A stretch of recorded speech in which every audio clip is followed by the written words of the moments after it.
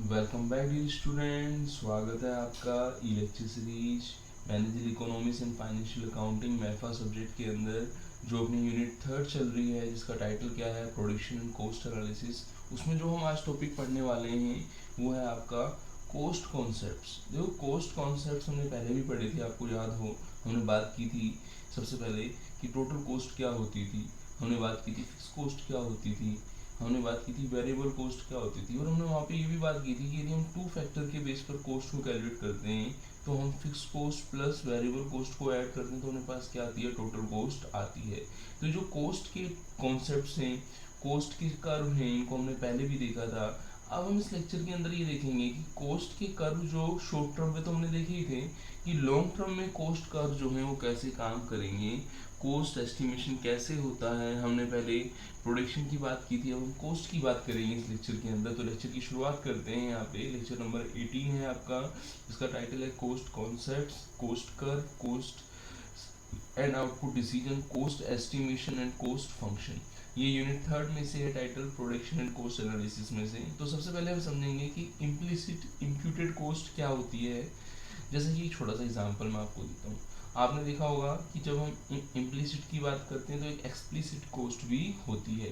तो इम्प्लिसिट का मतलब ये हुआ कि जब हमारी खुद की रिसोर्सेज की जो कोस्ट है, जो हम रिसोर्सेज कहीं दे सकते थे उसकी कोस्ट है, तो वो क्या कहलाएगी, आपकी इम्प्लिसिट कोस्ट कहलाएगी। छोटा सा एग्जांपल मैं देता हूँ।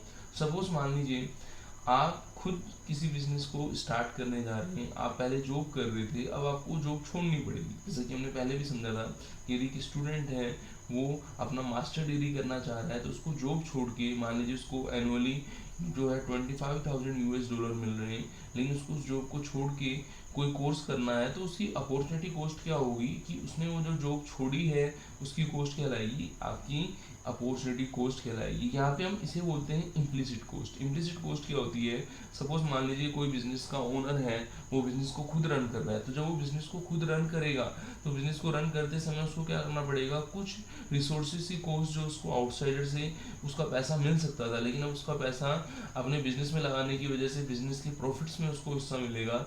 डायरेक्ट आपको उसको पैसा नहीं मिल रहा, इनडायरेक्टली फॉर्म में आपको पैसा मिल रहा है, तो वो क्या कहलाएगा, आपका इम्प्लिसिट कोस्ट कहलाएगा।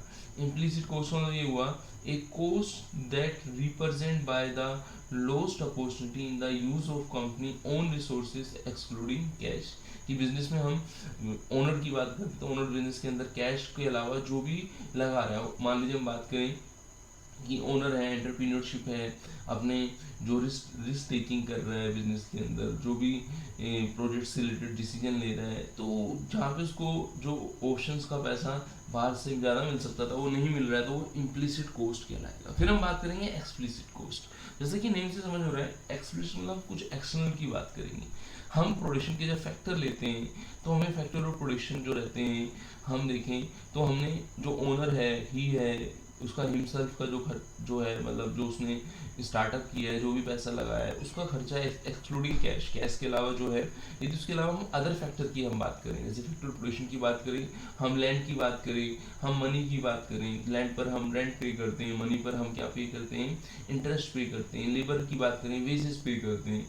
हम इसी तरीके से देखिए, मैं जो भी हम जो मीन्स ऑफ प्रोडक्शन हम ले रहे हैं उसमें ओनर के अलावा, उसको छोड़ के, उसके रिसोर्सेज के अलावा जो रिसोर्सेज हैं, जो एक्सटर्नल रिसोर्सेज हैं, उसकी जो कॉस्ट है वो क्या कहलाएगी, बोलो, इम्प्लिसिट कॉस्ट कहलाएगी। तो आई थिंक आपको समझ में आया होगा कि जो हमारी एक्सप्लिसिट कॉस्ट कहलाएगी, जो हमारी इम्प्लिसिट कॉस्ट थी वो तो ओनर की खुद के रिसोर्सेज की कॉस्ट थी, और जो एक्सप्लिसिट कॉस्ट रहती है वो कॉन्ट्रेक्चुअल पेमेंट रहते हैं, उन फैक्टर और प्रोडक्शन के पेमेंट्स की बात की जाती है जिसका पेमेंट ओनर जो है, ओनर अपने रिसोर्सेज से कर रहा है, ठीक है ना। उन फैक्टर और प्रोडक्शंस को जब वो पेमेंट करता है बिजनेस के रिसोर्सेज से, तो रेंट की फॉर्म में हो सकता है, वेजेस की फॉर्म में हो सकता है, इंटरेस्ट की फॉर्म में हो सकता है, प्रॉफिट की फॉर्म में हो सकता है, तो वो क्या कहलाता है, आपका बोलो एक्सप्लिसिट कॉस्ट कहलाता है, जो एक्सटर्नल को पे की जाती है। और इम्प्लिसिट उसको खुद जो हिमसेल्फ की कॉस्ट है, ठीक है ना, हिमसेल्फ एक्सक्लूडिंग कैश, कैश के अलावा जो उसने बिजनेस में जो है शेयर किया है और उसके बदले में उसको लॉस्ट हो रहा है या कुछ कॉस्ट वो बियर कर रहा है, तो कहलाएगी आपकी, बोलो, इम्प्लिसिट कॉस्ट कहलाएगी। तो इतना हमें समझ में आया। अब हम बात करेंगे कि शॉर्ट रन और लॉन्ग रन क्या होते हैं। देखो, जब हम बात करते थे शॉर्ट रन की, हम बात करते थे, तो बताओ हमारे पास टाइम कम होता था, ज़्यादा होता था, बताओ। आपके यहीं से टाइम कम होता था। तो हम फैक्टर ऑफ प्रोडक्शन में इतना चेंज नहीं कर सकते थे। जो फैक्टर वैरी थे उनके अंदर ही हम चेंजेस कर सकते थे, जो फिक्स फैक्टर थे उनमें हम चेंजेस नहीं कर सकते थे। आप मानते हो नहीं मानते हो बताओ? यस। जब हम लॉन्ग टर्म की बात करते हैं तो लॉन्ग टर्म के अंदर हम उन फैक्टर्स की बात करते हैं जिनमें हम चेंज कर सकते हैं। शॉर्ट टर्म को जैसे कि मैंने आपको बताया था कि प्रीवियस जो हमने लेक्चर पढ़े थे वहाँ पे हमने शॉर्ट टर्म के फैक्टर्स की बात की थी। एक बार मैं आपको प्रीवियस लेक्चर की तरफ ले चलता हूँ, फिर आपको याद आ जाएगा कि यस सर हमने वहाँ पे बात की थी। हमने फिक्स कॉस्ट की, वेरिएबल कॉस्ट की, हमने एक टेबल भी पढ़ी थी, total cost, fix cost, variable cost, average variable cost. इनकी हमने ग्राफ पेपर पे भी देखे थे कि टोटल फिक्स कॉस्ट कैसे, टोटल वेरिएबल कॉस्ट कैसे, टोटल कॉस्ट कैसे, इन सबको हमने ग्राफ में भी देखा था। एवरेज फिक्स कॉस्ट कैसे आएगा ग्राफ पे, ठीक है ना, एवरेज वेरिएबल कॉस्ट क्या आएगा, इन सब चीज़ों को हमने ग्राफ पे भी देखा था। फिर हमने ये बात की थी कि शॉर्ट टर्म के हैं और जब हम लॉन्ग रन के पढ़ेंगे नेक्स्ट लेक्चर में, तो मैं लॉन्ग रन की आपको बता देता हूँ। लॉन्ग रन की जो कॉस्ट है तो यहाँ पे हम ये देखें तो बस डिफरेंस ये आएगा, जहाँ पे हम ए सी आपका लिख लेते हैं वहाँ एल ए सी आ जाएगा, मतलब एवरेज जो कॉस्ट लिख देते हैं अब लॉन्ग टर्म के लिए हम एल वर्ड यूज में लेंगे, और शॉर्ट टर्म के लिए हम जब कोई वर्ड यूज में नहीं लेते तो हम उसको ए सी भी लिख सकते हैं एवरेज कॉस्ट को। आई बस, तो जैसे हम देखें तो हमारे यहाँ पे एवरेज कॉस्ट है, ए सी लिखा हुआ है, तो हमने एस लिखा हुआ है, S A C 1, S A C 2, S A C 2 के बाद एस ए सी 3 और एस ए सी 3 के बाद एस ए सी 4। तो इन सबको यदि हम मिला दें, मतलब इन सभी शॉर्ट टर्म को मिला दें, तो हमारे पास लॉन्ग टर्म का एवरेज, लॉन्ग रन का एवरेज कॉस्ट कर्व आ जाएगा, एलएसी आ जाएगा। तो कहने का मतलब ये कि जब हम लॉन्ग रन की बात करते हैं तो हम सारे जो भी हमारे ऑप्शन है, जो भी हमारे एवरेज कॉस्ट कर्व जो शॉर्ट टर्म में थे, यदि हम उनको मिक्स कर दें तो हमारे पास लॉन्ग रन का एवरेज कॉस्ट कर्व आएगा नहीं आएगा? बताओ बताओ बच्चों, आएगा ना? तो आप कहेंगे yes sir average cost curve जो है लॉन्ग रन का आएगा, तो हमने उसको यहाँ पे समझ लिया। बात को थोड़ा आगे बढ़ाते हैं। जैसे कि मैंने आपको बताया था कि जैसे हम एवरेज कॉस्ट को पढ़ रहे हैं, ऐसे क्या होगा आपका एवरेज कॉस्ट के बाद आपका मार्जिनल कॉस्ट था, तो उसको भी हम जो है लॉन्ग टर्म के लिए समझेंगे, लॉन्ग रन के लिए समझेंगे, तो वो क्या हो जाएगा आपका एलएमसी हो जाएगा। और एक चीज़ ध्यान रखिएगा, जब आप एसी का ग्राफ बनाते हो, जैसे मैं आपको शो कर देता हूँ, एवरेज कॉस्ट का जब आप ग्राफ बनाते हो तो आपके सामने एवरेज कॉस्ट का जो ग्राफ है वो इस तरीके से आता है एवरेज कॉस्ट का, ठीक है ना। और जब आप मार्जिनल कॉस्ट का बनाते हो, ग्राफ पेपर पर कर्व बनाते हो मार्जिनल कॉस्ट का, वो ऐसे आता है। यदि इन दोनों को यदि हम एक साथ रखें और लॉन्ग टर्म में रखें तो हमेशा ध्यान रखना कि जो हमारा ग्राफ आएगा लॉन्ग टर्म में वो कैसे आएगा कि जो एलएमसी है, ठीक है ना, एलएमसी जो है वो एसी को नीचे से कट करेगा, तो एलएमसी कर्व जो है वो एसी कर्व को नीचे से कट करता है, जहाँ से इंटरसेक्ट करता है। अब ये जो पॉइंट ऑफ इंटरसेक्ट है बच्चों, यही क्या कहलाता है आपका जो है वो आपका वो पॉइंट्स कहलाता है आउटपुट का, जहाँ पे हम कॉस्ट के किसकी बात करते हैं, बैलेंस की हम बात करते हैं। तो ये लॉन्ग टर्म के हमने जो हमने पहले कर पढ़े थे एवरेज कॉस्ट कर, उसमें आपका लॉन्ग रन का एवरेज कॉस्ट कर्व आ गया, हमने मार्जिनल कॉस्ट पढ़ा था तो लॉन्ग रन का मार्जिनल कॉस्ट आ गया, हमने जो भी कर पहले पढ़े हैं उनको यहाँ पे हमने लॉन्ग रन के लिए समझा है। और हमने ये भी डिस्कस किया है कि जब हम बात करते हैं किसी लॉन्ग रन के लिए, तो शॉर्ट टर्म को मिला के हम लॉन्ग रन की बात करते हैं, उन सबको हम इंक्लूड करते हैं।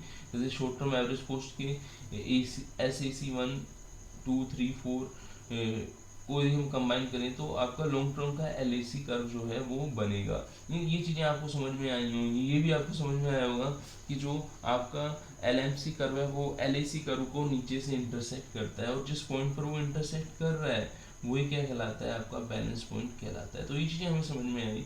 अब हम इसी लेक्चर के अंदर एक पार्ट पढ़ेंगे जहाँ पे हम ये देखेंगे कि कॉस्ट फंक्शन होता क्या है। देखो आपको याद हो, जब हम फंक्शन की बात करते हैं तो हम उस रिलेशनशिप की बात करते हैं जो जो हमारे याद हो जो कॉस्ट के एलिमेंट है उनके साथ है। तो जब हम फंक्शन रिलेशनशिप की हम बात करते हैं तो वहाँ पे हम उस फंक्शन की बात करते हैं जो हमारा एक फंक्शन है किसके साथ, मैथमेटिकल फॉर्मूला जो हम यूज़ करते हैं, जो हम प्रोडक्शन के अंदर, जैसे हम आपको याद हो इनपुट्स हो, मैन, मटेरियल, लेबर है आपका, 5 को हम बोलते हैं मैन, है ना, लेबर हो गया आपका मनी जो है कैपिटल हो गया, ठीक है ना। तो ऐसे जो 5 M's जो है जब हम प्रोडक्शन के लिए यूज में लेते हैं, एक cost function is a mathematical formula use to chart how production expenses will change with different output level. कि डिफरेंट आउटपुट लेवल पर जो हमारे प्रोडक्शन एक्सपेंसेस हैं वो कैसे चेंज होंगे, वो हमें कौन बताता है, बोलो, कोस्ट फंक्शन बताता है। तो कोस्ट फंक्शन क्या होता है, एक रिलेशनशिप है कोस्ट फंक्शन। जैसे हम देखें तो यहाँ पे हमने कोस्ट फंक्शन को एक फॉर्मूले की हेल्प से हमने समझा है। यहाँ पे कोस्ट फंक्शन एक फंक्शन रिलेशनशिप है किसके बीच में, क्वांटिटी जो हमारे प्रोडक्ट्स हैं। यहाँ पे हम देखें हमने सी क्यू लिखा है, C Q is a total production cost, ठीक है ना। हमने क्यू एफ लिखा है और हमने एफ लिखा है। क्यू एफ क्या है, quantity of inputs include by the firm, कि फर्म ने प्रोडक्शन के लिए जो इनपुट्स लगाए, जैसे मैं आपको 5 एम्स बता रहा था, वो आपके क्या कहलाएंगे, बोलो क्यू एफ कहलाएंगे। और पी एफ यहाँ पे क्या है, price of the relevant input. जब हम बात करेंगे फैक्टर ऑफ प्रोडक्शन की बात करेंगे तो उनके प्राइस की बात होगी नहीं होगी, बताओ येस और नो। तो आप कहेंगे यस सर, उनके प्राइस की बात होगी। तो जब हम उनके प्राइस की बात करेंगे, जो फैक्टर हैं उनकी प्राइस की हम बात करेंगे, पी एफ जिसको हम बोल रहे हैं, P F is the price of the relevant input. जब हम बात करेंगे क्वांटिटी की, क्वांटिटी ऑफ इनपुट की हम बात करेंगे तो हम क्यू एफ की बात करेंगे। तो यहाँ पे फैक्टर की क्वांटिटी क्यू एफ बता रहा है, फैक्टर का प्राइस जो है पी एफ बता रहा है। और ये एक फंक्शनल रिलेशनशिप है किसके साथ, बोलो C Q, total production cost के साथ। तो वो क्या कहलाएगा, आपका कॉस्ट फंक्शन कहलाएगा। तो आई थिंक कॉस्ट फंक्शन क्या होता है आपको समझ में आया। अब हम बात करेंगे कि कॉस्ट फंक्शन जो हम पढ़ रहे हैं ये हमें कैसे हेल्प करता है। देखो जब हमने थोड़ी देर पढ़ा था कि हमारी यूनिट का टाइटल ही क्या है, प्रोडक्शन एंड कॉस्ट एनालिसिस। तो अब मुझे बताओ कि हमें ये तो पता होना चाहिए ना कि जो हम प्रोडक्शन करेंगे, जो हम आउटपुट करेंगे, वो हम किसके बेस पर करेंगे, बोलो। तो आप कहेंगे सर हम जो प्रोडक्शन करते हैं, जो हम आउटपुट करते हैं, वो हम इनपुट के बेस पर करते हैं। तो हमें वहाँ पे कुछ जो है फंक्शनल रिलेशनशिप जो है वो हमें देखनी पड़ेगी। इनपुट्स आउटपुट के बीच में क्या फंक्शनल रिलेशनशिप है वो हमें समझनी होगी। तो उसी रिलेशनशिप को समझने के लिए यहाँ पे हम इंपॉर्टेंस ऑफ कॉस्ट फंक्शन पढ़ रहे हैं। जैसे कि मैंने आपको बताया था कि जब हम इनपुट्स को किस में कन्वर्ट करते हैं, इनपुट्स को आउटपुट में कन्वर्ट करते हैं, और वहाँ पे हम बात करते हैं को टोटल कॉस्ट प्रोडक्शन के फंक्शंस की किसके साथ, जो फैक्टर ऑफ प्रोडक्शन के उनकी क्वांटिटी के साथ बात करते हैं, उनकी प्राइस के साथ बात करते हैं, तो हमारा कॉस्ट फंक्शन कहलाता है नहीं कहलाता। अब बताओ यदि कोई कंपनी है इस फंक्शन को यूज में लेती है तो कहीं ना कहीं वो सप्लाई डिसीजन करेगी नहीं करेगी, बताओ।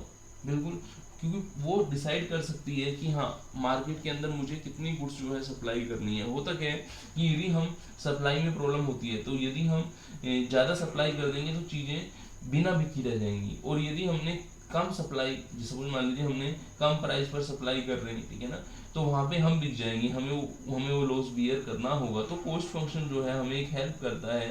कोई भी कंपनी है उसको फंक्शन जो है, चाहे कॉस्ट फंक्शन हो चाहे प्रोडक्शन फंक्शन हो, उसको एक तरीके से जो हमारा मैनेजर इकोनॉमिक्स है उसके अंदर डिसीजन लेने में क्या करता है, हेल्प करता है। इसके अलावा जो हमारे रिसोर्सेज हैं उनको एलोकेट करने में हेल्प करता है, हमारे जो रिसोर्सेज हैं। इसके अलावा जो कॉस्ट थ्योरी वगैरह हैं उनको हमें समझने में भी क्या करता है, काफ़ी हेल्प करता है। जैसे कि आपको पता है कि यदि हमें theory of production, theory of cost नहीं पता है तो हम जो हमारे इनपुट्स हैं उनकी प्राइस की हम बात करें, उनके हम आउटपुट की प्राइस की यदि हम बात करें तो वो हम डिसाइड नहीं कर पाएंगे, वो हम डिसीजन नहीं ले पाएंगे। यदि कोई इनपुट आउटपुट के प्राइसिंग फैक्टर को नहीं समझा पाएगा तो आप बताओ क्या वो प्रोडक्शन कर सकता है। तो हम कहीं ना कहीं कह रहे हैं कि जब प्रोडक्शन फंक्शन की हम बात करते हैं, कॉस्ट फंक्शन की हम बात करते हैं, तो वो हमें हेल्प करते हैं किसी एग्जिस्टिंग प्रोडक्ट में भी डेवलपमेंट के साथ, न्यू प्रोडक्ट में भी डेवलपमेंट के साथ, और हमारे जो भी अर्निंग है, हमारे जो रेवेन्यू है उनको क्या करने के लिए, इंक्रीज करने में क्या करते हैं, हेल्प करते हैं। और जब हम डिसीजन की बात करते हैं, हम कैपिटल इन्वेस्टमेंट की जब हम बात करते हैं तो वहाँ पे हम कंपैरिजन करते हैं किसका, कि किसी अल्टरनेट के अंदर यदि हम इन्वेस्टमेंट करने जा रहे हैं तो उसमें कॉस्ट क्या इनकर्ड होने वाली है, उससे होने वाला प्रॉफिट्स क्या है। तो हम कॉस्ट प्रॉफिट को भी एनालिसिस कर सकते हैं और हम डिसीजन ले सकते हैं। Cost analysis and decision is usually कि वो हम शॉर्ट टर्म में और लॉन्ग टर्म के जो हमने कॉस्ट कर्व को समझा उनके बेस पर हम क्या ले सकते हैं, रिलेशनशिप ले सकते हैं। हम इनपुट आउटपुट के बारे में क्या कर सकते हैं, डिसाइड कर सकते हैं। और हर ऑर्गेनाइजेशन जो है किसी ऑब्जेक्टिव के साथ आता है, profitability, efficiency, growth, survival, stability, उस ऑब्जेक्टिव्स को हमें अचीव करने में हेल्प करते हैं जो प्रोडक्शन फंक्शन है, कॉस्ट फंक्शन है। तो इस लेक्चर के अंदर हमने ये देखा कि जो चीज़ें हमने पहले पढ़ी थी, जो हमने शॉर्ट टर्म के लिए पढ़ी थी, उन चीज़ों को हमने लॉन्ग टर्म में यहाँ देखा। तो इस चीज़ों को मैं एक बार रिपीट कर देता हूँ। जैसे कि मैंने आपको बताया था कि ये जो हमने कॉस्ट वगैरह हमने पहले पढ़ी थी लास्ट लेक्चर के अंदर, उन्हीं को हमने इस लेक्चर के अंदर किस में पढ़ा है, बोलो। हमने पढ़ा है अपने हमारे कॉस्ट फंक्शन के अंदर पढ़ा है।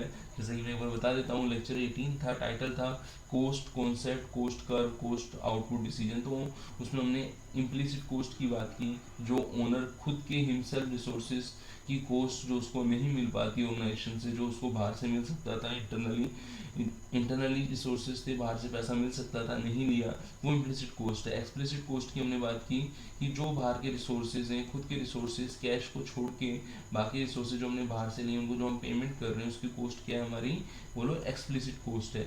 फिर हमने शॉर्ट रन की बात की जिनको हमने पहले डिस्कस किया, एवरेज कोस्ट है आपका, मार्जिनल कोस्ट है जिसको हम वेरिएबल कोस्ट भी बोलते हैं, टोटल कोस्ट है, ये क्या होती है, इनको हमने देखा। फिर हमने लॉन्ग टर्म के फंक्शंस की बात की। तो आज के लेक्चर में हम इतना ही पढ़ेंगे। नेक्स्ट लेक्चर में किसी नेक्स्ट टॉपिक के हम मिलते हैं। आपको अभी तक जो पढ़ा है उस पर क्वेरी है तो आप पूछ सकते हैं। My side lecture is over, thank you very much.